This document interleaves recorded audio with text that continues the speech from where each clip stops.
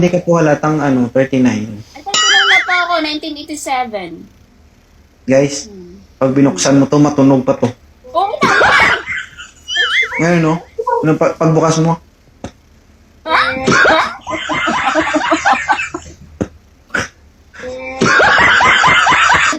Naghanap ako ng lalaking magbubuntis lang sa akin. Hindi forever.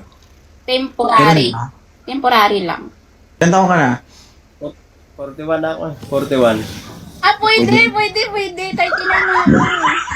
Kita mo, wala pa nga, bumubuka agad yung banga-banga. Hindi po siya, di ba? May asawa. Widow ako, widow. Oh, gusto mo mamatay, ma'am? Oh, Gusto pwede mo siyang asawahin. Malay mo, ikaw susunod sa asawa niya. Bakit po nawido ko siya? Bakit po kayo nawido?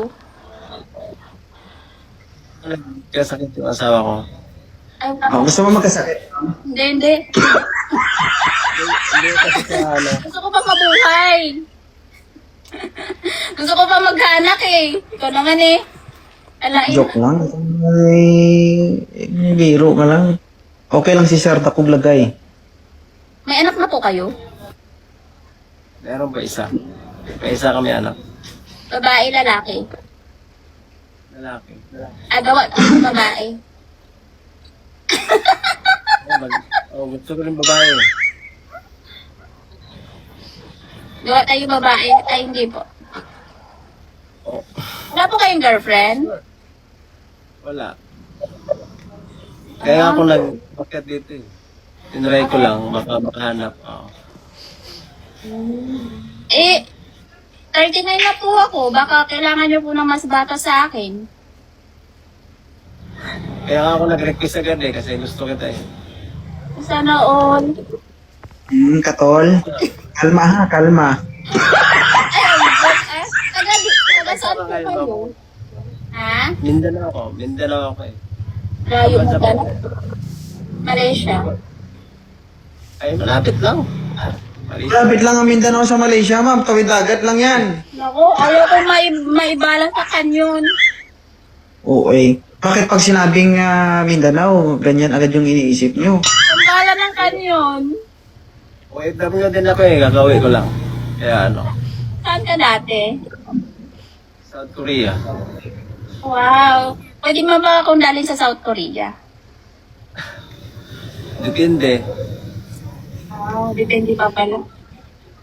Depende sa pagkaintindihan tayo. Malay mo, hindi mo maano. Sige, inarte pa, makakita. Ano yun mamaya? 41 na po kayo, no? 41. Oh, okay. Okay. 10 years ba? Okay lang ba? Okay lang ba? Nag-isip siya sa 10 years ga, 41, tapos 39. Ano siya tama-tama? Ano? 48 tapos 10 years ka.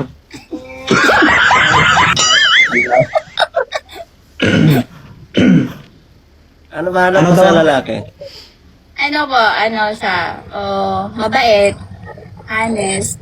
Siyempre yung Pero wala siyang hinahanap sa lalaki. Sir, ang gusto niya, anakan lang siya. maganda na niya maging tatay sa anak ko. Pero hindi kami Oo, magkasama. wala sa usapan yan, ma'am. Ang gusto mo, ang sinabi mo kanina, tatay lang ng anak mo. Kaya nagtatapos pa na niya maging tatay ng anak ko. Hindi ko sinabi mag-asawa kami. Tatay niya, pagpagawa lang ng bata, yun lang. Parang lumalagpas ka na sa limitation mo, ah.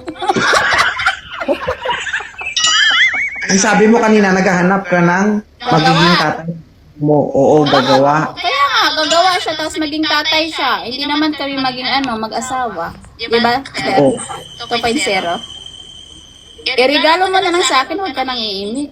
Huwag ka. Oo. Oo ka na lang. Ano na bala, umintindi dyan. Marang sakit ulo mo dyan. Intindihan ko na lang.